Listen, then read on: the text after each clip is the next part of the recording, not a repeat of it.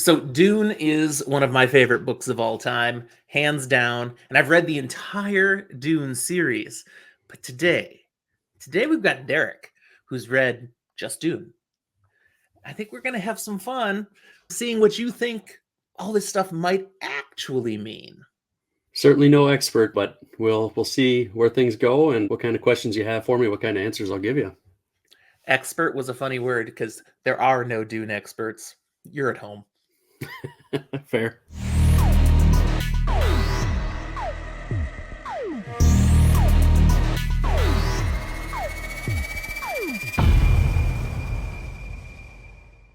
Welcome to Fantasy for the Ages, the show where a father, a son, sometimes guests get together and talk about fantasy, science fiction, and other nerdy things that we enjoy.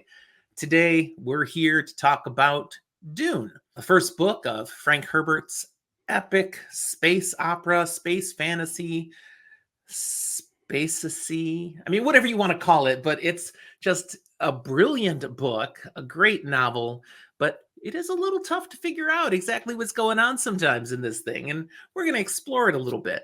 If you enjoy this episode, be sure to let us know by hitting that like button down there somewhere. And if you haven't subscribed yet, sure hope you will. It doesn't hurt you, it doesn't cost you, but it does wonders for us. So go on, click the subscribe button. You'll feel you've done your good deed for the day. So I am joined here today by Derek, friend, content creator, Minnesotan. Yes. Look at that. He's rocking it with the hat right there. Derek, introduce yourself and tell them how they could find you on YouTube, because you're out here too. So my name is Derek. I am one half of, I guess, the podcast I'm a part of. Sometimes it's still kind of hard, even though we've been doing this for over 2 years now, to think of myself as a podcaster or content creator. A lot of the times I just think it's just me and my friend talking. But my other half, Justin, of the podcast, he has not read Dune. He's only seen the first part of the movie. Otherwise, maybe he would have been here too. We are D&J's Epic Quest. You can find us on YouTube, Apple, Spotify, pretty much wherever you find a podcast. For the most part, we're covering Malazan one chapter at a time. We cover one chapter. We're first-time readers to the series. We don't really know anything. And we are about 3/4 of the way through Memories of Ice right now. So we're nearing the end of that, and it's been a lot of fun. We've also covered other things as well.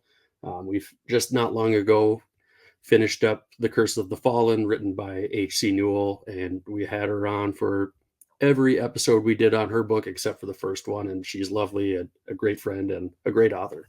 Very nice. I have her books coming up soon on my TBR. Definitely doing those this year, so looking forward to it. And yes, if you enjoy Malazan, Malazan, however you say it, their show is a worthy one to follow and see what they're discovering as they work their way through the series. Deep stuff. I am there on one of those episodes, and we'll probably be back. It's hard to believe, though. It's been 2 years already that you've been working through that. I mean, it's commitment to continue to read through. There's so much to discover and find in Steven Erikson's work. Are you guys planning to just do the 10, or are you going to intersperse some of Esselmont's stuff along the way? We're doing everything is our plan. So once we finish Memories of Ice, we are going to read Blood Follows. And I imagine we'll probably do that in like 2 or 3 episodes. Okay. Yeah. The novella. And then we'll move on to House of Chains. Very good.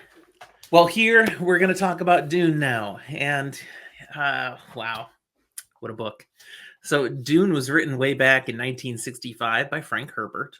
It's the first of 6 books Frank wrote, and then his son and Kevin J. Anderson wrote a whole bunch more. And in fact, they're still writing Dune books that are out there, but the core story is done. Everything you need to know about where the series is going is actually in this first book. It's here.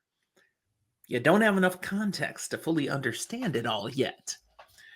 But we're going to explore what you have discerned, Derek. What kinds of things you think are going on here. And for everyone watching, this is full spoil. If you haven't read Dune, you don't want to be here. Go read the book first. You should read the book. Everyone should read this book, but then come back and watch the episode. If you've read more of the Dune series, well, you'll enjoy what we're talking about more because I'll be alluding to things, not spoiling things beyond the first book, but I will be alluding to things as Derek tries to puzzle some stuff out. So how long ago was it that you read the book? Well, when did part 1 of the movie come out? It's been 2.5 years. Something 2 like years. that. Yeah. It was my goal to read the book before I saw the movie, so Okay. it's probably been 3 years ish. That's relatively not that far long ago. I mean, it's in recent history that you've read it. It's not like it was, 15 years ago. Right? Yeah. 3 years ago, and then you've added on top of it both the movies. Yes, just recently watched part 2 a couple weekends ago. Sure. The Dune movies are adaptations, so they certainly change some things from the book, but they're fairly faithful. The things they change, they kind of make sense for the purpose of bringing it to the screen. I didn't hate the changes. I mean, there are adaptations I've watched that I have viscerally hated because of what they did to the source material. That is not the case with Dune. It still is telling the same story. Some of you watching this are now throwing something at the screen because you disagree, but, subjective. We get to each have our own. But so, the core of Dune takes place on one planet, but we do see other planets. There are other planets involved here across the galaxy. The key planet is named what? Arrakis. Hey, yep. The nickname is Dune, but Arrakis is the planet. And it's an interesting planet. I mean, this thing is mostly just a barren rock with a whole bunch of sand. And yet, they do discover over the course of the book, over the course of the movie, there is water. There's no water on the surface.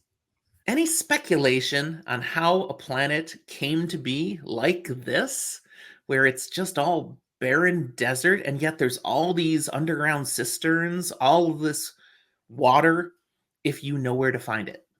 I mean, do you think that's natural, or do you think that was done to the planet? I've never thought about that, but I do remember from listening to one of your other episodes, and I don't know if I would have remembered this from the book, but that there's no like thinking machines, or maybe that's not the right way to put it, but they have space flight and stuff. Mm-hmm. So what pops up in my head immediately that could be a possibility is maybe this planet got nuked and turned into this inhospitable landscape covered in dust and debris, and somehow that covered the water or sunk down. I don't know. I'm not sure. Yeah. It's hard to be clear, hard to be sure. Now, there are sort of indigenous people living on Arrakis, the Fremen. We meet them. But did you catch the fact they're not really indigenous? From the book? Yeah. I honestly do not remember. It's mentioned in the movie, but it is also in the book. No humans came to exist here just naturally on Arrakis. It doesn't work like that. So the Fremen simply came earlier than what's going on now. They're immigrants. Sure. Okay. And in fact, and this is one thing that, it's a spoiler light a little bit here. I'm not going to give the background, but this whole thing is set in our universe. It is the same universe that, we exist in. It's just way in the future. So all the people, they all came from Earth, just like everybody else. And so that's way, way in the past. But so we've got Arrakis now that's got the Fremen on it, and now it's got other people. And they're after the spice. Melange. One of the things that I love about Dune is the politics that are involved here. Because you've got power players, different houses, and then an emperor, all trying to manipulate each other, seeking to get ascendancy. And melange, the spice, is the key player. When Frank Herbert wrote this was actually, in his mind, an allegory for oil I can and see that. the power that was being done to control oil in the Middle East in particular, which, you know, was big in the 60s, but even worse in the 70s. I remember the gas shortages in the 70s. I was a kid. Big lines of cars waiting when gas would get delivered, and not everyone in line was going to get to fill up their car. It was crazy. Thankfully, we got past that. But so this is the context that he's writing this about. There's this one thing that is so essential that whoever controls the spice has the power. So the key houses that we learn about in the book, there are 3 of them. Do you remember? I hold up 4 fingers. There's 3 of them. Yeah. There's 3 houses. Again, this is a little trivial nuance. I'll help if you need it. But do you remember the 3 different houses?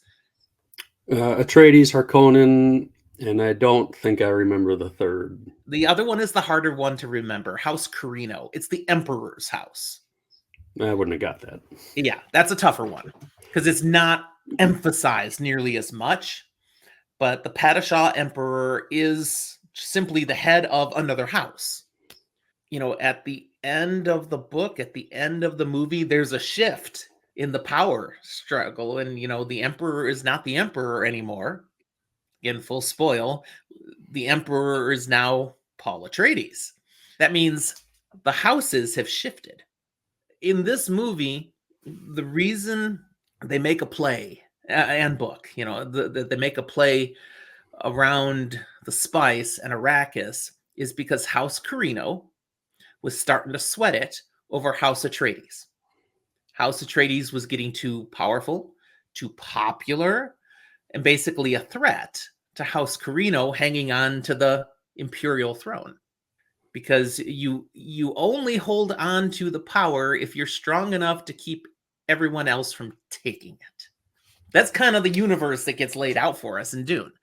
I find it ironic because House Atreides, they're laid out for us as the good guys, right? I mean, we get their POV. They're the ones we're supposed to cheer for. Yeah, I definitely felt that way reading it. Yeah. If House Atreides had actually gotten powerful enough to kick the Emperor out and to take over as the ruling house, do you think they would have done it? Or do you think they would have remained loyal to the Emperor? I mean, I think in that type of a system, if you can make a play to take over, you do it, but you also know that if you don't succeed, the cost is going to be really high. Crash and burn is painful. Yeah. Indeed. So I'd say that it would have to be a pretty calculated risk, but if you're that certain, then I think you do it. I think it's almost a moot point that House Atreides, whether they would have made a move or not, because the Emperor would have assumed they'd make a move. So I think if House Atreides had gotten powerful enough to truly knock the Emperor off his throne, they would have had to do it. Because to not do it would have shown as a sign of weakness, and the Emperor would have taken him out. Would have trumped up some way that they clearly had threatened us, and we need. Now that's what happens here, anyways. That's exactly what's going on. He's like, they're too much of a threat, so we've got to do something to get them out of the picture. And he makes a deal with House Harkonnen. House Harkonnen had been the ones that had Arrakis. They're mining it, but it's really the Emperor who deigns to give them the opportunity. Okay, so they're mining it on behalf of the galaxy, and they're reaping all the profits. The Emperor gets his cut because he's the one that said you could do it. But Harkonnen leaves, turns it over to Atreides because the Emperor said so. But it was all about, we're going to get rid of Atreides. We're setting him up. We're going to get him. And then, of course, we see at the end of the first movie, is how they show it, the Harkonnens come back, but they've got the Emperor's guys with them too. The book makes that a little clearer, that the Emperor had some crack troops, like some of the best warriors in the galaxy. And when they come with the Harkonnens wearing Harkonnen uniforms. So nothing looks like the Emperor was actually involved. But everyone knew the Emperor was involved. Appearance, perception matters. I mean, that's politics. That's still politics today. It doesn't matter what people know you did sometimes, so long as you can still have plausible deniability. You know, you can make it look like, well, I mean, I didn't really do that. Yeah. So yeah, they're going to take them out. House Harkonnen, they're just the great rival with House Atreides. They don't like each other at all. There's reasons for that. But then there's also interplay between these houses that not everybody knows about. I mean, did you catch Lady Jessica, okay, Paul's mom? Did you catch that she's a Harkonnen? If I remember right, there was some sort of a reveal in the book, and it surprised me. I remember feeling surprised by it. I There did not see really it coming. wasn't a way to see it coming. There wasn't. No, no. No. But it's like, whoa. Now, she's very intentionally placed with Duke Atreides and supposed to give him a daughter so that the daughter will then marry a son from House Harkonnen as part of a breeding program. Now, do you remember the name of the organization in this galaxy that is behind that breeding program and all that such? The Bene Gesserit. Mm-hmm. I've always said it Bene Gesserit. I have no idea if that's the right way or what you said is the right way. It's what we love about fantasy. Say it however you want, and it works for us. Right. But this organization goes back centuries and has been working to create the uber-human, a prophesied being who's going to be able to surpass the abilities of normal man and be the salvation of humanity. The Kwisatz Haderach. The book never explains how they know they're finally just one generation away. Never says that. It's just they know they're one generation away. They've had all these different intentional couplings all this time, and now we just get that one of Atreides, a girl from Atreides, and a boy of Harkonnen together. Their child will be the Kwisatz Haderach. And then she blows it all up. Did you catch why she had Paul instead of Paula? I think she actually came to really love him and wanted to give him a son, correct? Yeah. What an idiot. I'm just going to say that because she truly loved him and he wanted a son. So she gives him a son. But she's part of the Bene Gesserits. She knows they're not just going to let that slide. She basically signs his death sentence there because they're going to come back and fix things. And how do you fix things? You get rid of what needs to be gotten rid of. That was stupid. That's always been my opinion. I'm like, okay, you loved him. Really? Okay, have a girl. Then have a boy. Come on, how hard would that have been? True. So that might be a slight plot hole in the story. Nevertheless, we get Paul Atreides. Paul is special. He's special genetically, but he also is special because of something his mom does. Now, the movie doesn't allude to this nearly as much as the book does, but do you know what she does special with Paul? That's like, you don't do this. It's unheard of. How dare she? Oh, she trained him, right? Because he's a guy. Like, yeah, it was the Bene Gesserit's a female organization. I'm pretty sure exclusively. Yeah. So all these secret ways, the voice, the mental abilities, the complete understanding of your body and what you can do with it. Yeah, she trains him in all this stuff. Some guys you could try to train in some of those things and it wouldn't have taken. But this was part of his genetics, that he's just one generation away from the Kwisatz Haderach, who is supposed to be able to do all this stuff. He's close enough. It works. So he's able to do all this stuff now that he has no business being able to do. but that leads to him being able to become what he becomes. But here's an adaptation choice in the movies that I know a lot of book fans are ticked off about.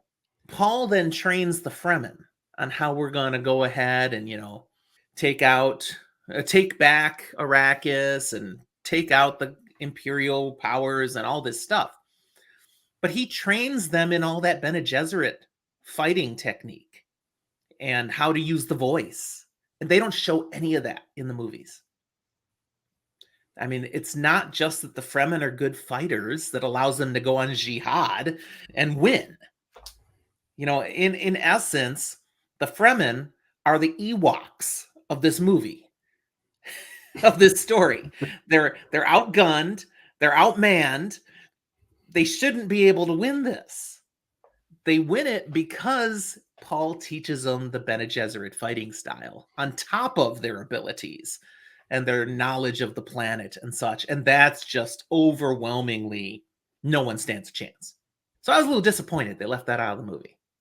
I guess I didn't remember that part, but the times where they did use the voice in the movie, I think that was probably one of my favorite parts. It felt really impactful, and I just liked it.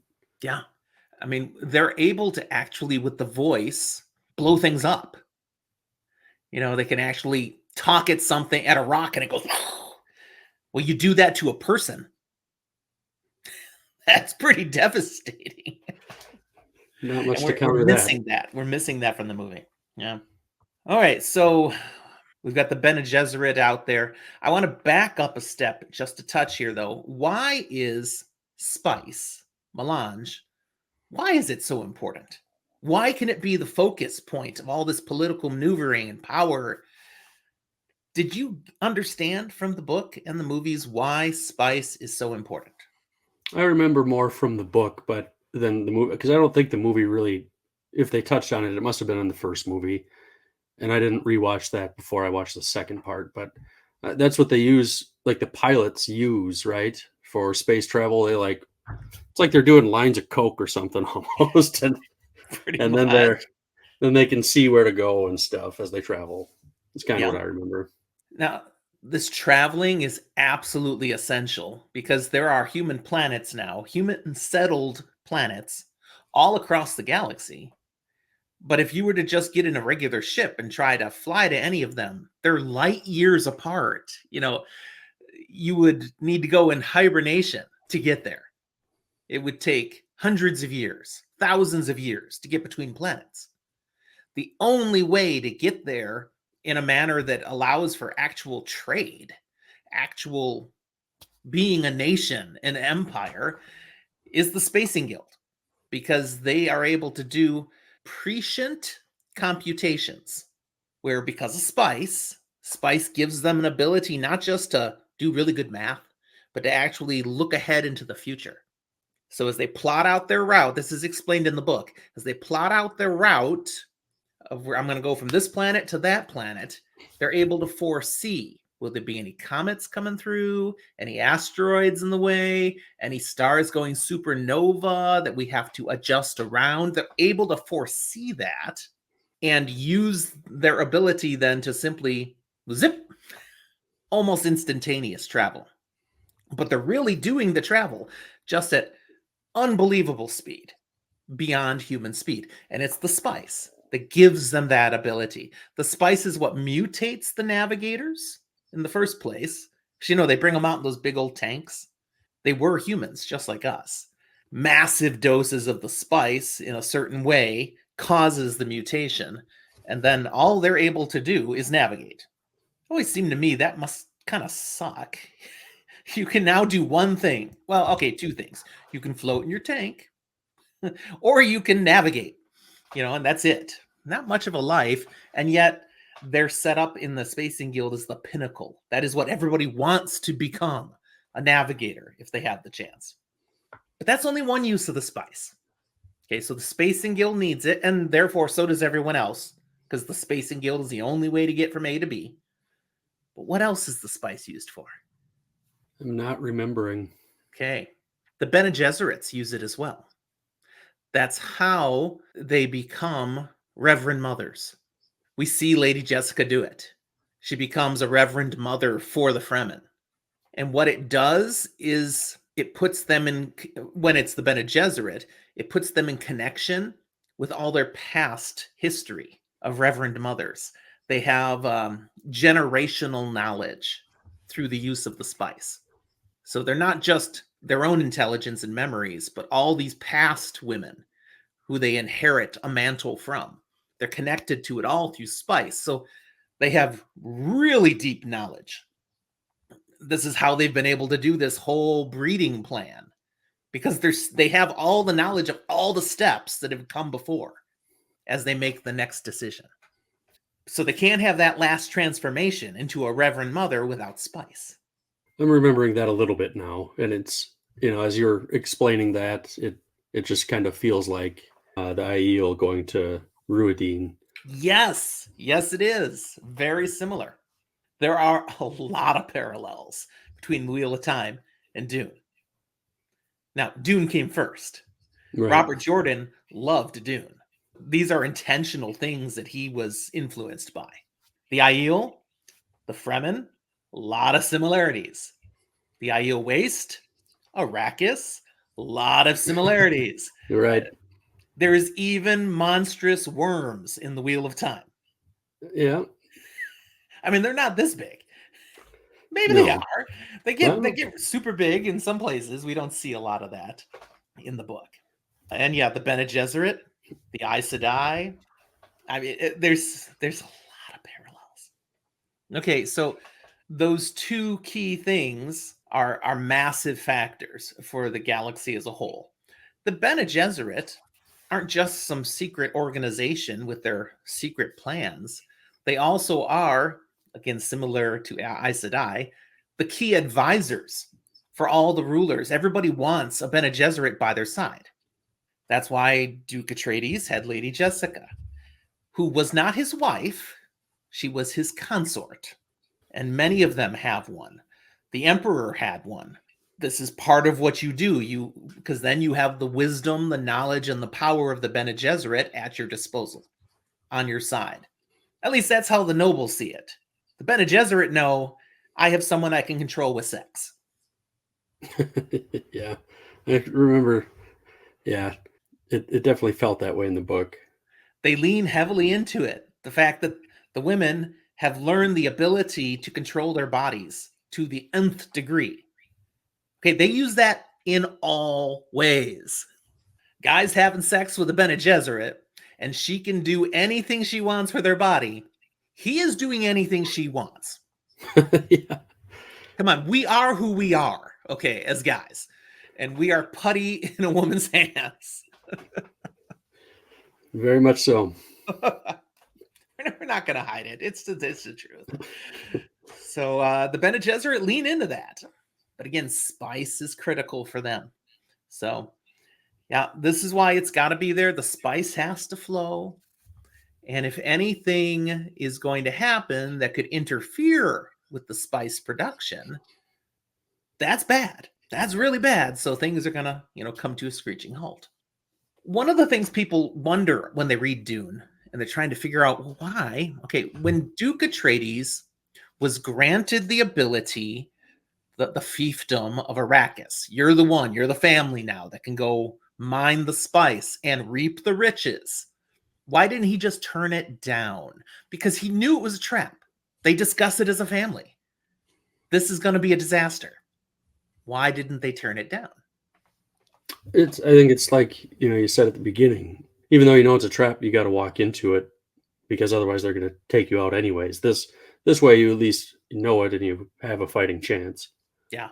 They realized at that point the Emperor had them in a bullseye, and they couldn't do anything that would give the Emperor an excuse to deal with them.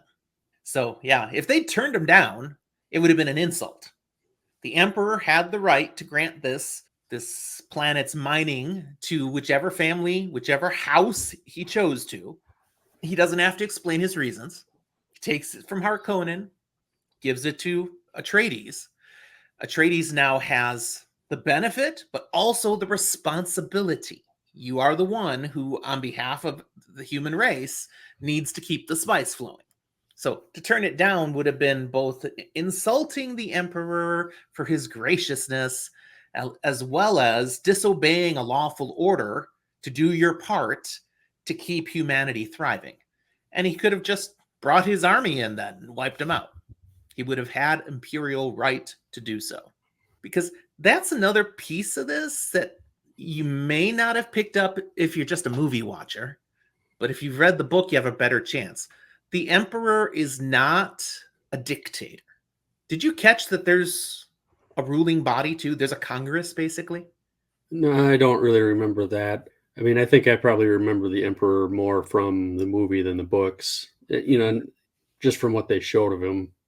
I don't really remember like a Congress or a ruling body, as it were. The term that's used in the book is the Landsrod. And the Landsrod is basic, or Landsrod, is basically all of the ruling houses, all of the major houses from across the galaxy have a representative that serves on the Landsrod. And it's a check and balance for the emperor. The emperor has powers that he can just do his thing, executive branch. But the legislative branch, the Landsrod, also has some powers, and they have to cooperate on some things. If the Landsrod says the emperor has gone out of bounds and acted illegally, he could be slapped down. He could even be removed by the Landsrod. But he can't be illegally removed. That's what's going on at the end of the second movie, when Paul makes his move on the emperor. And then you've got ships from all the other ruling houses showing up above the planet. And he has to get the emperor to formally acknowledge him now as the one he is answering to, as the new emperor. Because the Landsrod has to see this is being willingly done, and then they'll approve it. I think in the movie, though, that they said that they don't recognize Paul, right? That's correct. That was what he was trying to do. They chose not to, so he sets off on a jihad, and they take out the rest of the houses. They do whatever they have to do because he's got this unstoppable war force, which we'll get to see more of in future movies. Okay. And books. The thing about Dune, this first book, is, and you might have heard me talk about this in a different episode, it's not the best book in the series. It's perhaps one of the weaker books in the series. It lays out a lot of stuff, but just like in Malazan, you don't have enough context for some of what you're getting. Book 2 and 3 together are much better than book 1. Book 2 and 3 is really book 2 part A, book 2 part B. So the next two books, far superior to the first one. Messiah is the next one, right? Yes. Dune, Messiah, and then, wow, trying to remember from memory now.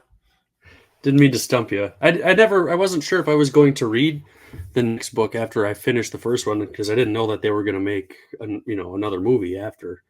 I enjoyed the book, but I didn't know if it was something I'd continue or not. But I'm definitely going to have to. Is followed by Children of Dune. Okay. They go together. They finish a level of the story that's begun in the first book. The story takes a real turn, a real hard right turn in book 2. And that shift in narrative completes itself in book 3. And then book 4 advances the story in a whole new way that you're like, what the heck just happened? That's fascinating. And then book 5, we are hard sci-fi by that point. This is really gone. Whoa. And 5 and 6. And when Frank Herbert died, with book 6 being the last book, fans of the series were devastated because there are some major cliffhangers in book 6. We're like, what? Where's the rest?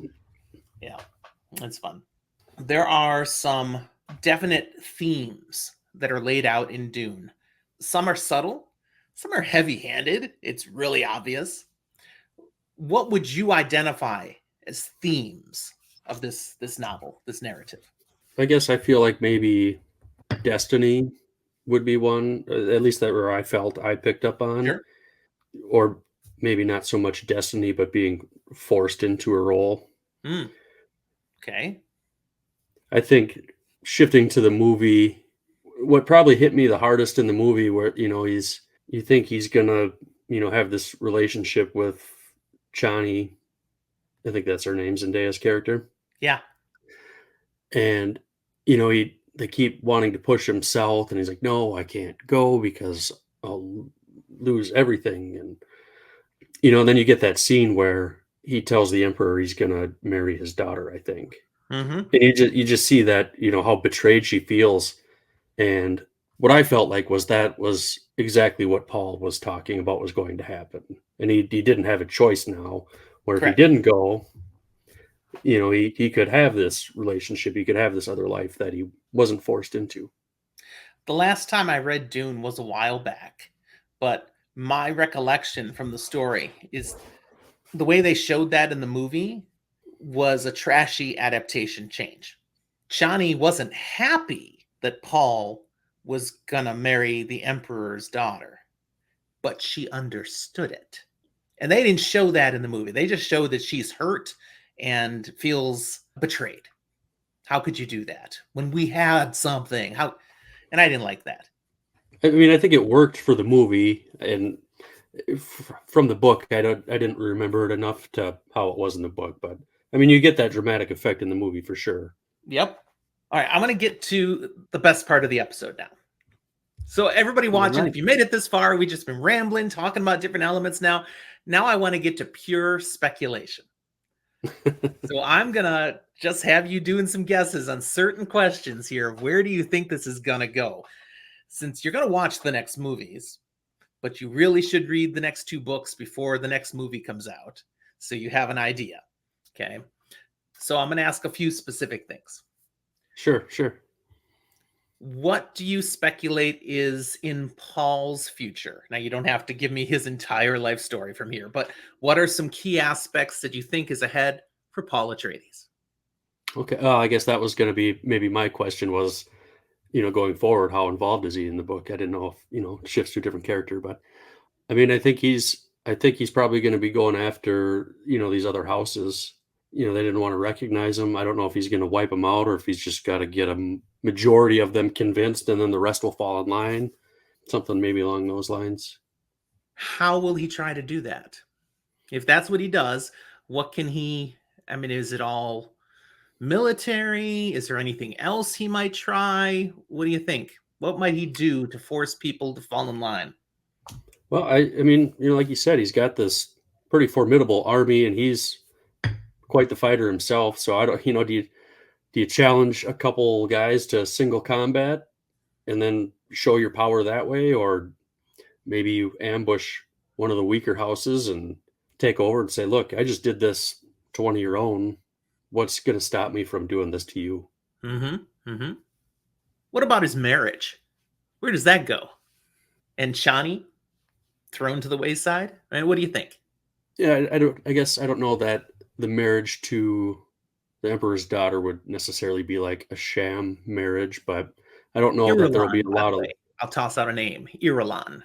Oh, okay, yeah. I remember in the books I thought it was Irulan is kind of how I said it, but Works for me. Except I think you're adding an extra letter.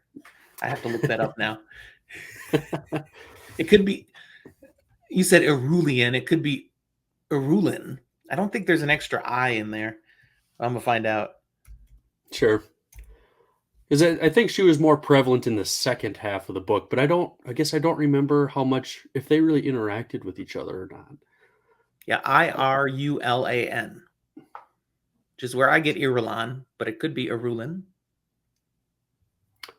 Or I can add an extra letter, I guess, and change the name entirely. Hey, there's silent letters in every language. Why not have extra letters? Right. It's an invisible letter, is what it was. See, it's there, but you only hear it. Yeah. I like that. I guess maybe he'll be like a dutiful husband, but there's maybe not a whole lot of love there. Whereas Hart maybe wants Chani more, which I think would probably be, at least again, based off the movie, to get her back is going to be a hard sell, I think. maybe not so much in the book, but Yeah. And again, in the context of the book, as I filled in that gap for you, she understood why he was doing what he was doing. What about Irulan, Irulan, whatever we want to call her? She's been raised in an imperial house. She's imagined one day she would be the wife of an emperor, or perhaps would be the empress, but she understands ruling, she understands power. Do you foresee she will, even if there's no love, like you say, that she will dutifully serve as the empress and play her role? Or will she be manipulating from the sidelines, trying to take him down? Will she be dragged kicking and screaming to every event? I mean, what do you think her role becomes?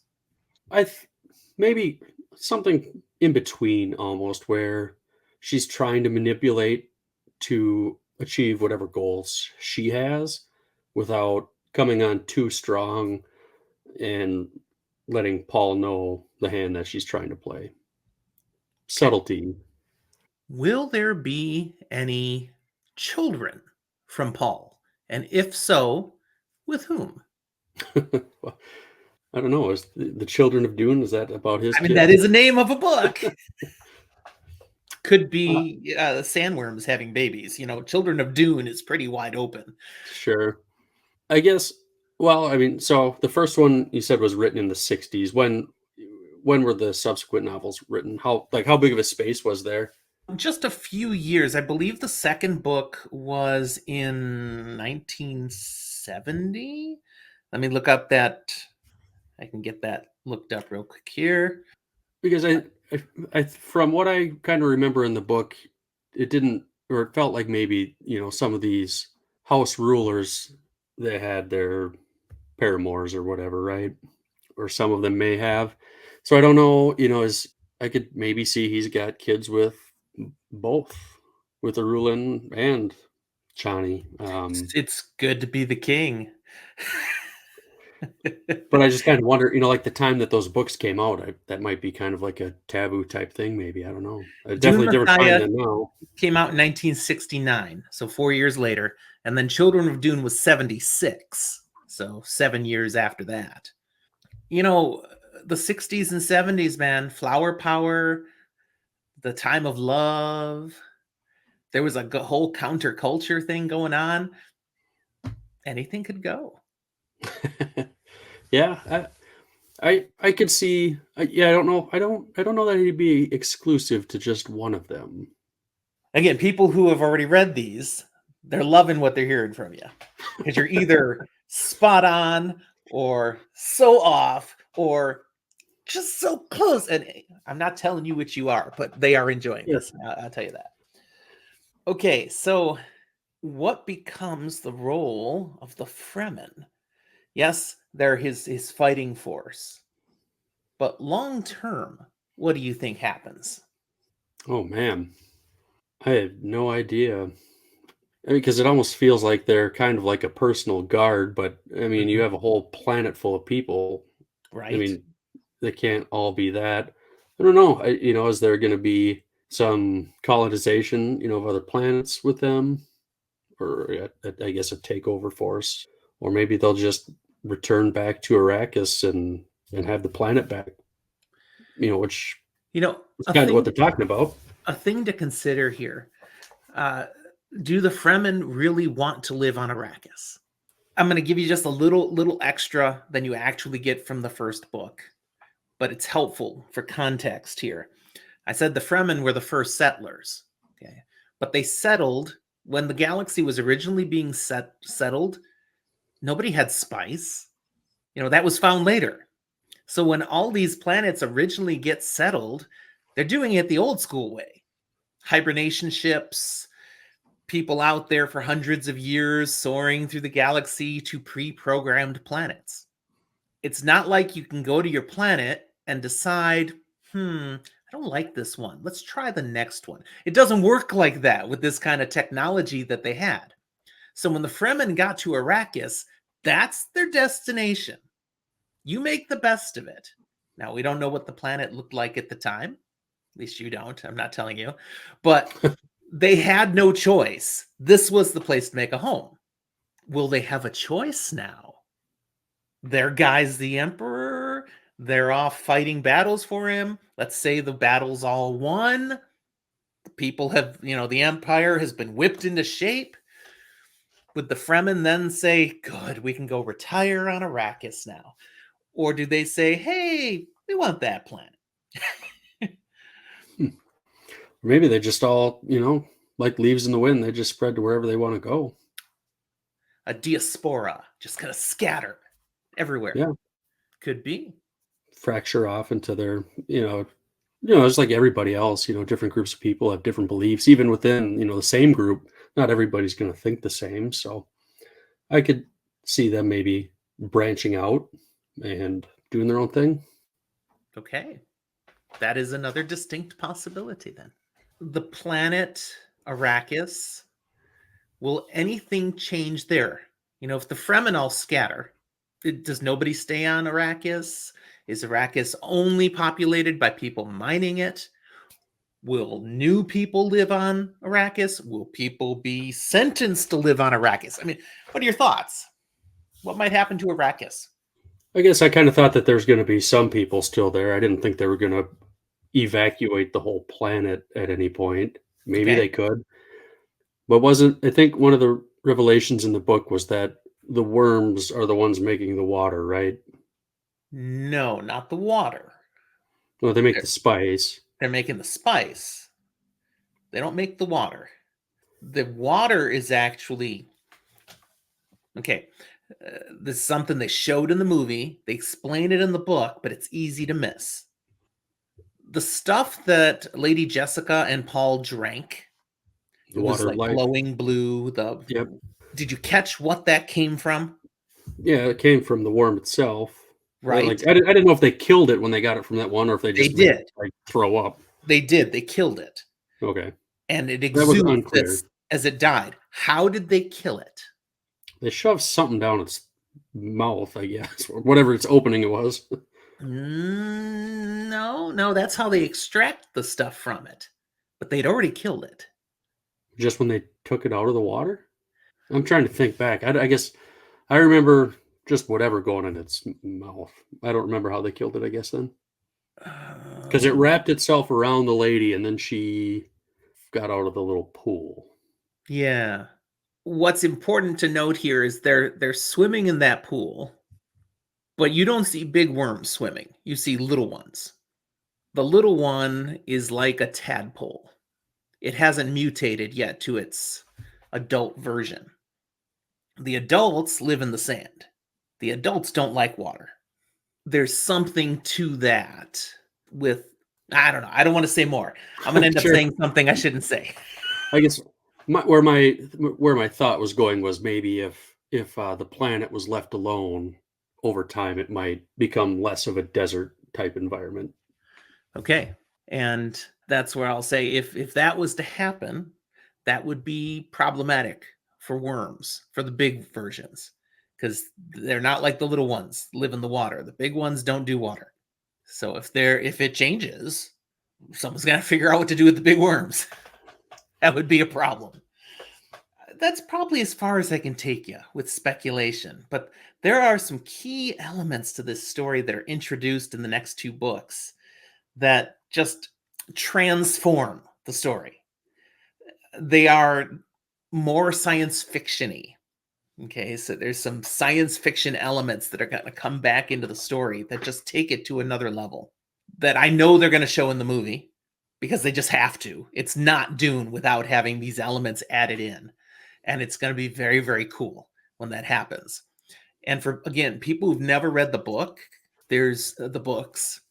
There's one thing from the first movie that will just make so much sense that probably has some people scratching their heads about at this point. And I wish I could talk about it. I can't. I You just got me can't. wondering what it is. Oh, and that's good. That's good. That's wondering. You're wondering. But there is a cool element because, we've learned about various categories of people.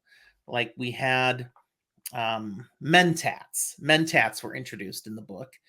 You said there were no computers, no thinking machines, nothing like that. They have technology, but nothing with a processor. All the processing is done by people. So thus you have the navigators who do their special stuff, and you have the mentats. Mentats are basically human computers. They've so trained their brain that they can do high-level calculations just like that. It's a mentat who betrays Duke Atreides, if you remember, to House Harkonnen. His mentat I is can't actually remember a the traitor, name. Yeah, I do remember. No, you're talking about. I remember that part in the Huey. book. Yeah. Yeah, Okay. Dr. Huey. He ends up betraying him because Harkonnen had his family. He was being forced to do it. Not that he was a loyal Harkonnen. He was being blackmailed into doing it. Gotcha. And he dies anyways then. So does his family. It doesn't do him any good. But he felt like he had no choice.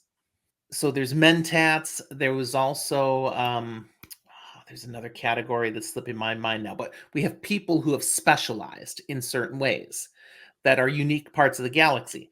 Well, there is another kind of people that you haven't met yet that you're going to meet in the next book that just game changer. Changes the Interesting. whole story, and Okay. they're fascinating and very interesting. But there's one last thing we talk about, and this is what we're going to end up with. You had mentioned it already, this bit about there's no computers. Why not? Why is that banned? Why are there no thinking machines? I assume that there must have been some sort of bad experience. Something happened. Like was it like a Terminator takeover? And the humans were able to fight it back, and they're like, all right, well, that was a bad idea. We can't do this anymore, so we're gonna get rid of them. I don't know. Possibility. Is it an overreaction? I mean, no computers, We wouldn't be doing this today if we didn't have them. So right? So, hard to imagine.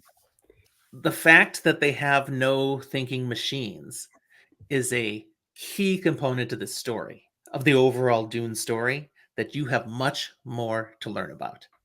And it's part of what makes this such a rich overall Dune story. So it's one of my favorite parts, and it's barely touched on in the first book. So more to come. More to come. Well, I'll definitely read the next two books then. So, with the next movie, then, would you think it's safe to say they're going to take parts from both of those books to integrate into the movie? It's hard to say, but I wouldn't be surprised based on how those books are written. Like I said, it's kind of part A, part B. Now, again, they might do Dune Messiah part one. We saw them do it with Dune, right? Right. It's such a massive thing to cover. These two movies, to me, it was not two movies. It was one movie. It's just one way too long movie. So they had to break it up. But the first Dune movie is like only a partial thing. It's not a complete movie. But the second movie is incredible. I loved the second movie. And you needed the background of the first movie, but really you need the whole thing, which is how I watched it. Because I didn't watch the second movie until it was streamable. And I could still stream the first one. So I watched Dune Part 1, rolled right into Dune Part 2, and then I went, That's what I that's what, was. That's what I was hoping to do. I just didn't have the time to do that. because it's long. It's Right. Yeah. really, really long. Yeah. How does it compare to the movie that came out in the 80s? I've not watched that one. The movie in the 80s is a little more accurate, sticking to the book, in my opinion, but the special effects aren't even close. Sure. Some of the acting is just corny. Overall, it's not bad. Jean-Luc Picard, Patrick Stewart, plays in the original one. It's the first thing I ever saw him in. So then when he comes back as Captain Picard, I'm like, I know him. That was great. But it's I don't think it's necessarily worth going back and watching, my opinion. But Sure. I Okay. remember it nostalgically. It doesn't quite hold up, but there are elements that it stuck closer to the books than this did. Cool. Yeah. I guess I have one more question then. I'm pretty sure I saw something. I know there's a Dune TV show coming as well, and I think I saw something that said it's going to be like an alternate timeline, like if Paul had never been born. Whoa, Any I hadn't thoughts heard on about that? that. I had not heard about that. I don't I know if don't it's accurate, Yeah, but I don't I think I'd need that. There no. was a Dune TV series back a ways, not way, way back, that basically tried to do book 2 and book 3. So that exists, and you Okay. can, but again, don't watch that until you read the books. Never mess with the source material. Gotta read it first, then watch the adaptation. That way you can complain with confidence. Sure, that's fair. I'll definitely. I guess I don't know when I'll get to it. Certainly before whenever the next movie comes out. But I'll definitely read the next two then to make sure I've got all my bases covered. And you have time. I don't think they've given any release date at all for the next movie. It's going to be Oh, I'm 2 or 3 sure. years. Yeah, I'm sure it's You've a got couple time. years out at least. Yeah. Any other last questions? Anything else you wanna ask about? The one thing we didn't talk about was Feyd-Ruatha. That was the one thing and I don't know that there's really a whole lot there to talk about, but man, that in the book, and maybe I just misinterpreted from the book to the movie, but I thought in the book it was more of like a Colosseum type fight, where in the movie it was just, this smaller, intimate group of people watching it. But I really liked in the movie how there was no music to it in their little duel. Uh-huh, uh-huh. No, Not in the really book, a it's a little question, more but intimate too. It is. It's not a big Colosseum type thing. And okay. I just wasn't in the first movie, they did it similarly, that it's just small room, just a few people watching this happen. So that's consistent. okay. At least my memory from the book, that is consistent. That guy, Fade, is the one who was supposed to end up with Paula Atreides. What could have been? Well, I don't know. I mean, they certainly made him out to be a psychopath in the movie, so I don't remember getting that sense as much in the book. But yeah, that would have been interesting then. One of the things that fascinates me about the rest of the books that get written, and I don't know if you'd heard this already, but when Brian Herbert and Kevin J. Anderson went to finish the series and write book 7, they looked at all of Frank Herbert's notes and they were like, we can't write book 7 because my dad really hadn't thought this through. When they looked at how the series was supposed to finish, they were pretty sure the readers were not going to get it. They wouldn't understand. There was too much missing, which is why they went and first wrote 6 prequel novels. Holy cow! So it's 2 trilogies. So there's a prequel trilogy that's set like 10,000 years in the past to help explain some things, which I love. They're fantastic. And then there's a prequel trilogy that's just a generation before what we're seeing. And with that context, now it makes sense what was going to happen in book 7. Honestly, all the things you needed to know to understand book 7 are already in books 1, 2, 3, 4, 5, 6, but they're too buried. They're too subtle. So people wouldn't get it. And the prequels really help. But then when they tried to write book 7, it was just like Brandon Sanderson trying to write the Wheel of Time final book. There was still too much. So book 7 became book 7 and 8. It took them 2 books to finish. And they're both huge. Yeah. Well, I like a chunky book, so. But it's very satisfying when it does finish. But that's how we end up with 14 books as a whole instead of just 7.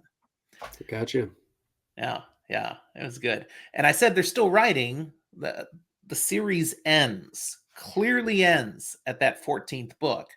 But then there's other stories that could be told. There's other things, you can squeeze in between. And that's why they just keep writing more books. Let's talk about this character's backstory. Let's talk about what happened at this time on this planet. They keep pulling things out that people like Dune. They're like, I'll buy that. Yeah. You don't think it's like a cash grab or anything like that? Oh, no, it probably is. at this point now, after book 14, but I haven't read those. I've read through 14. The others are on my TBR for some point down the road to see, okay, what else have they been saying? But none of it's necessary. It's just people want to still spend time in the Dune universe because they loved it. And so, okay, we'll keep writing books for you. Gotcha. Yeah. All right. Well, thank you for hanging out with me and talking about one of my favorite books. And thank you for taking the time with me, having me on. Appreciate it. Absolutely. Anytime I get to talk about a book like this, it makes me want to go reread the book, which is a problem because if I reread Dune, I have to reread 14 books because it's just such a delightful story arc. Someday.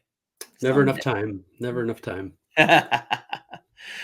Remind people again of where they can find you and your content creating partner and follow along with Malazan and other things that like Curse of the Fallen that you've talked about. Yeah, check us out. Just if you search D and J, the letter D, the and symbol J, and then Epic Quest, we should turn up. Pretty active on Twitter. I run that. My partner Justin, he's happy to be behind the scenes editing the episodes, and he kind of lets me be the face of things, which definitely was not always my forte, but I've grown to like it and be a little bit more extroverted. So that's a big deal that he's willing to do the editing, though. Oh my God, that takes a lot of work. I'm so thankful that he does it because he showed me once how he does it, and I don't think I would have the patience or the composure to do what he does. But he works in IT. He works at a private high school, and so I mean, he's like an IT guy. It's just what he does. He's good with it. Skills. He's got the skills, and I'll come up with ideas like the one I approached you with here a little while ago for when we finished Memories of Ice, which is still kind of in the planning phase. And he doesn't say no to me too often on the stuff I want to do. I might have to convince him, and there's times where it's not going to be feasible, and he's pretty good about standing on his feet and telling me no if I'm being unrealistic. So oh, it's good. It's good that you guys have though a division of labor and different roles that you play. And my son Zach and I, similar in a way. I just do all of the stuff, and Zach just shows up. That was kind of nice. He brings great stuff to my content here, our channel, but I do the planning, I do the front stuff, I do the social media, I do the editing, I do it all. He comes and plays with me. Right. Yeah, that was kind of nice today where I didn't have to prepare any notes or anything. I just had to show up, which is not something I normally get to do. So it was a good little change of pace. I appreciate that. I enjoy being on other people's channel for the same exact reason. We'll have you back soon for sure. Hopefully before the end of Memories of Ice. Hopefully we'll get an episode here where we've got a bunch of Calor again, and we can have you come back and reprise that role again. Anytime. Totally enjoy that. Awesome. All right. Thanks for being here. Everybody watching, thank you for being here, and we'll talk to you next time.